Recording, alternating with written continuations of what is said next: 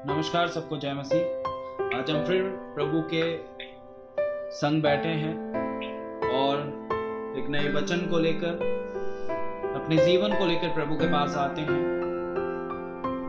तो एक बार फिर से हम प्रभु के वचनों की ओर गौर करेंगे कि आज परमेश्वर का वचन हमसे क्या बातचीत करना चाहता है और परमेश्वर क्या एक नई बात को हमारे बीच में लाना चाहते हैं। तो उस बात को हम याद रखते हुए और वचन के साथ बने रहते हुए हम आगे बढ़ेंगे कि प्रभु हमसे क्या कहना चाहते हैं। तो आइए हम एक छोटी सी प्रार्थना करेंगे, उसके बाद वचन की ओर बढ़ेंगे। धन्यवाद करते हैं मैं मेरे महान अनुग्रहकारी परमपिता परमेश्वर, दयालु प्रभु यीशु मसीह, मैं आपका धन्यवाद करता हूँ, शुक्रगुजार करता हूँ आज के इस समय के लिए। प्रभु पिता परमेश्वर, मैं आपका धन्यवाद करता हूँ आपकी इच्छा हमारे जीवन में बनी रहने के लिए। मैं धन्यवाद करता हूँ प्रभु आपके सुंदर प्रेम के लिए जो हमारे जीवन के लिए बना रहा प्रभु। और प्रभु जी, आपने हमें आशीष किया, अनुग्रह किया, हमारे जीवन को चंगाई दिया प्रभु जी, हमारे जीवन को अपनी आत्मा से भरा प्रभु जी, ताकि हम आशीष और विजय को पाएं। मैं प्रार्थना करता हूँ प्रभु आपके लहू के लिए जो आपने हमारे लिए बहाया प्रभु। मैं प्रार्थना करता हूँ प्रभु आपने हमें उद्धार दिया और पिता परमेश्वर हमारे जीवन को आपने चंगा किया, हमारे जीवन को अपनी आत्मा, अपने प्रेम, अपनी शांति से भरा प्रभु, और आपका आत्मा हमारे जीवन में बनाए रखा प्रभु जी। यीशु मसीह, मैं प्रार्थना करता हूँ प्रभु आपकी इच्छा हमारे जीवनों में बनी रहे और शांति बनी रहे। जो वचन पढ़े, वचनों के आधार पर, वचनों की अधीनता पर प्रभु आते हुए आप हमसे बातचीत करें और आपका वचन हमारी बुद्धि के लिए, हमारी आत्मा के लिए आशीष दे, चंगाई दे। सारी बातें प्रभु यीशु मसीह के नाम से मांगते हैं, आमीन। तो आइए हम एक प्रभु का वचन पढ़ेंगे जो हमने कल जहां तक हमने पढ़ा था, आज हम उससे आगे पढ़ेंगे कि यहाँ पर आज पौलुस क्या कहता है। प्रेरितों के काम उसका 24 अध्याय उसकी 10वीं आयत में हम पढ़ेंगे। जब हाकिम ने पौलुस को बुलाने का संकेत किया तो उसने उत्तर दिया, मैं यह जानकर कि तू बहुत वर्ष से इस जाति का न्याय कर रहा है, आनंद से अपना प्रत्युत्तर देता हूं।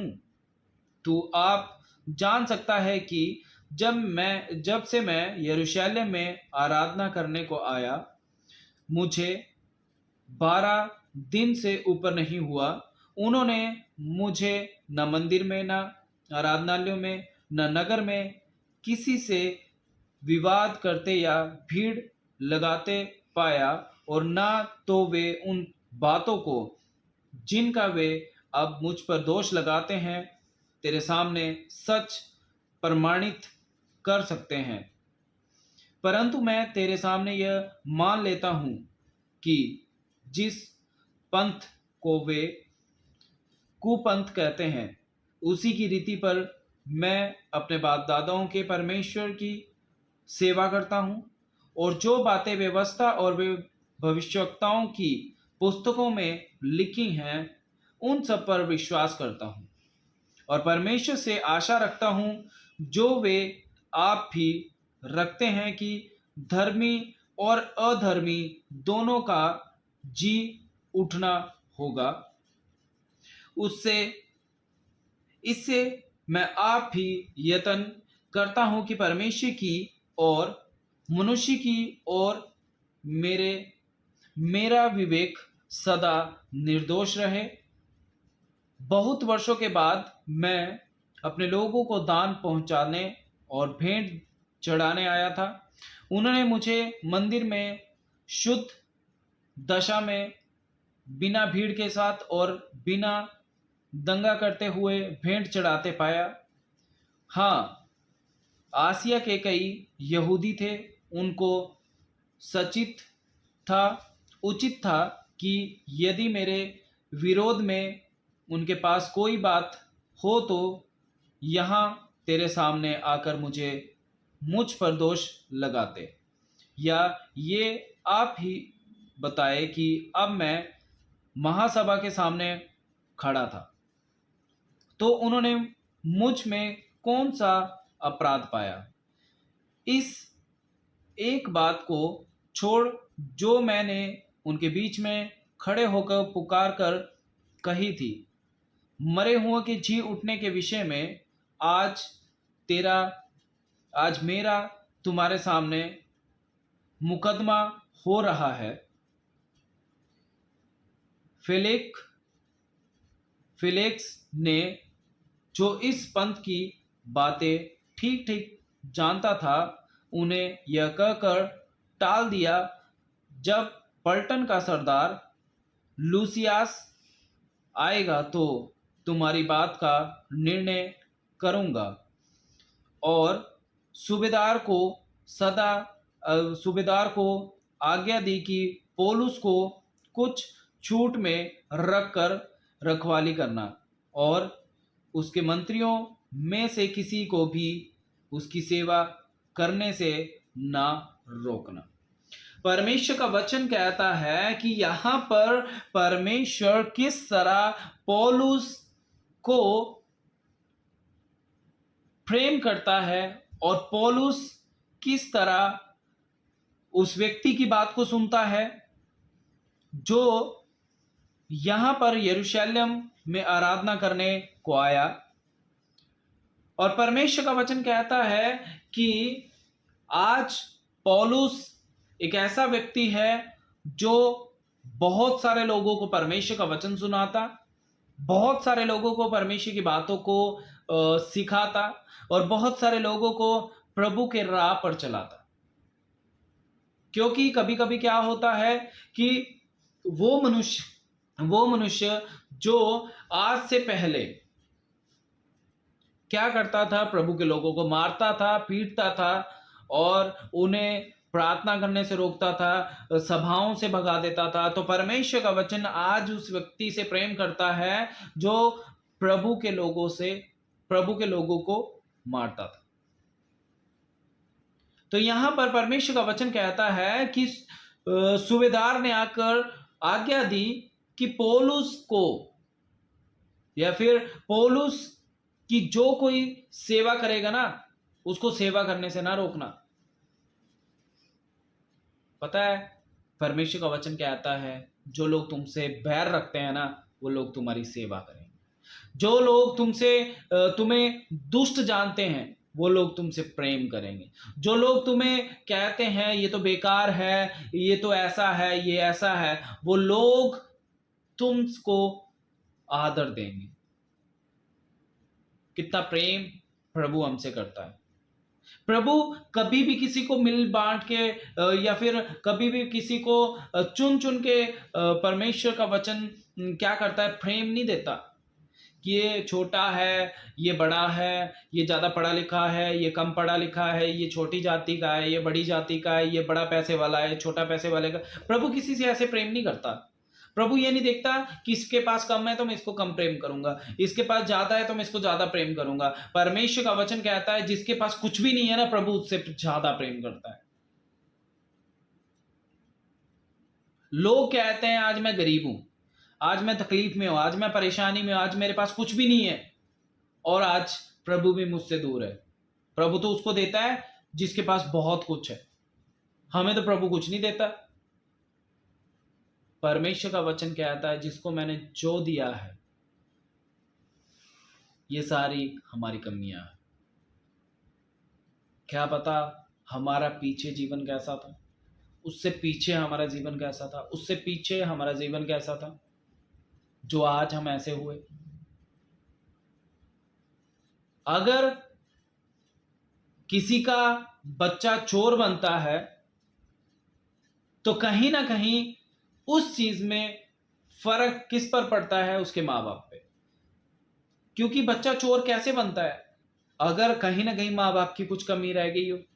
क्या पता उसने अपने ऐसे लाड प्यार में रखा कि उसके टोका ना, या फिर उसे मतलब खुली छूट दे दी हो। कहीं ना कहीं परमेश्वर का वचन कहता है हमारे अंदर कभी ना कभी कमियां आती हैं ना, तो हम अपने आप को कम और दूसरों को ज्यादा देखते हैं। परमेश्वर का वचन कहता है कि जो अपने अंदर की कमी सबसे पहले देखेगा ना, वो आशीष पाएगा। अगर हम आज बीमार हो जाते हैं, अगर हमारे अंदर कुछ बीमारी हो जाती है, तो सबसे पहले हम डॉक्टर के पास जाते हैं। हम अपना चेकअप करवाते हैं, उस बीमारी से बाहर निकलने का एक रास्ता ढूंढते हैं। तो परमेश्वर, आज मैं आपसे एक बात कहना चाहता हूं, जितने भी लोग आज परमेश्वर के राह पर चल रहे हैं, या फिर जो लोग नहीं चल रहे हैं, या फिर जो लोग नहीं मानते हैं, मैं आज सबसे कहना चाहता हूं, आज अपने अंदर की उस बीमारी को देखो, उस बीमारी को परखो, उस बीमारी के ऊपर काम करो कि परमेश्वर हमारे अंदर आशीष करे। लोगों के सिर में दर्द होता है तो लोग एकदम से टैबलेट खा लेते हैं, ठीक हो जाए। आज लोगों के बॉडी में पेन होता है तो लोग एकदम से पेन किलर खा लेते हैं, ठीक हो जाए। मैं आपसे कहता हूं, अगर जिसके मन में अगर बुरे ख्याल आते हैं, क्या वो टैबलेट खाता है? कौन सी टैबलेट? प्रभु का वचन।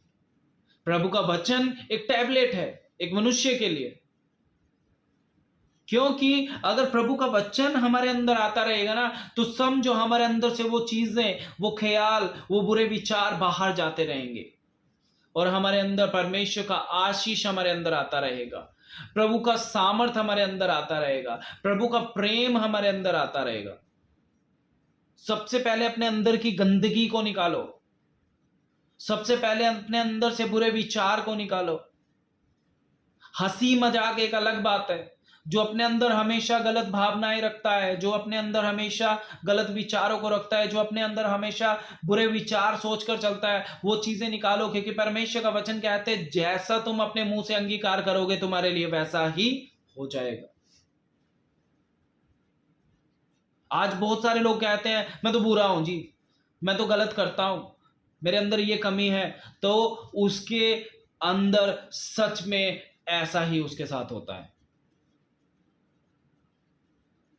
मैं एक बात आपके बीच में रख रहा हूँ, बहुत बार मैंने एक बात को सुना है कि कभी भी रात को चलते हैं तो कभी पीछे मुड़कर नहीं देखना। बहुत सारे लोग कहते हैं कि जब हम सोचते हैं कि हमारे बीच कोई है तो ऑटोमेटिक हमारे अंदर वो भावना आ जाती है कि सच में अब तो हमारे बीच में कोई है। क्यों? क्योंकि वो अपने शरीर में उस बात को, अपने मन में उस बातों का विचार कर रहा है। क्योंकि परमेश्वर का वचन कहता है ना कि जैसा तुम अंगीकार करोगे, जैसा तुम अपने लिए कहोगे, तुम्हारे लिए हो जाएगा। ऐसा क्यों होता है? क्योंकि कहीं ना कहीं आज भी प्रभु हमसे प्रेम करता है। क्योंकि वचन कहता है कि नए नियम में, जब हम पुराने नियम में फिर पढ़ेंगे तो वहां पे लिखा है, जब प्रभु ने हमें बनाया तो कैसे बनाया? अपनी समानता में बनाया। जैसा प्रभु है वैसा हम।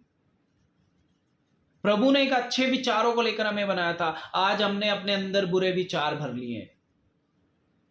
कैसे भरे? हमारी ही गलतियों के कारण, हमारे ही गुनाहों के कारण, हमारे ही पापों के कारण। आज हम बहुत सारी गलतियां, गुनाह और पाप करते हैं। हम समय ही नहीं देते प्रभु को, कैसे आगे बढ़ पाएंगे? बुरी बातें तो बहुत सारी मन में चली रहती हैं, बुरे विचार बहुत सारे मन में चले रहते हैं, पर परमेश्वर का वचन कहता है उन सारी चीजों से बाहर निकलने के लिए क्या करना है? हमने परमेश्वर के वचन को, परमेश्वर की प्रार्थना को, परमेश्वर के उस प्रेम को अंदर लेना है। तब जाके हमारा मन, हमारी आत्मा, हमारा जीवन प्रभु की ओर लगेगा। और जब आपका मन प्रभु की ओर लगेगा ना, तो आपके अंदर से ऑटोमेटिक हर एक सारी चीजें जाती रहेंगी।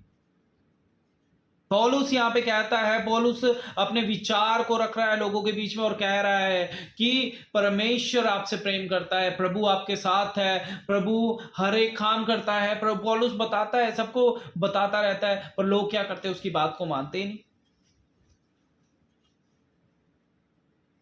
अब पौलुस किसी के अंदर घुस तो नहीं सकता, किसी के मन में तो नहीं घुस सकता, वो सिर्फ बता सकता है और परमेश्वर उसके अंदर काम करता है। आज अपने आप को, अपने जीवन को जांचो। इसीलिए वचन एक बात और कहता है, मत्ती रची सुसमाचार में लिखा है कि तुम जब प्रार्थना करो तो अपनी कोठरी में जाओ, द्वार बंद करो और प्रार्थना करो। क्यों परमेश्वर का वचन ऐसा कहता है? जब तुम अकेले बैठ के प्रभु के उस बात को इमेजिनेशन करोगे ना, तो ऑटोमेटिक हमारे अंदर वो परमेश्वर के विचार आते हैं, परमेश्वर की वो भावनाएं आती हैं, परमेश्वर का वो गुण आता है और प्रभु हमसे बात करता है। तो एक बार फिर से मैं आपसे यही बात कहता हूं, प्रभु आपसे बहुत प्रेम करता है, प्रभु आपके साथ है।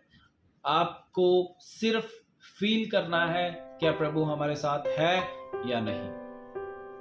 तो इस वचन के द्वारा प्रभु आपको आशीष दे और चंगाई दे। आमीन। जय मसीह।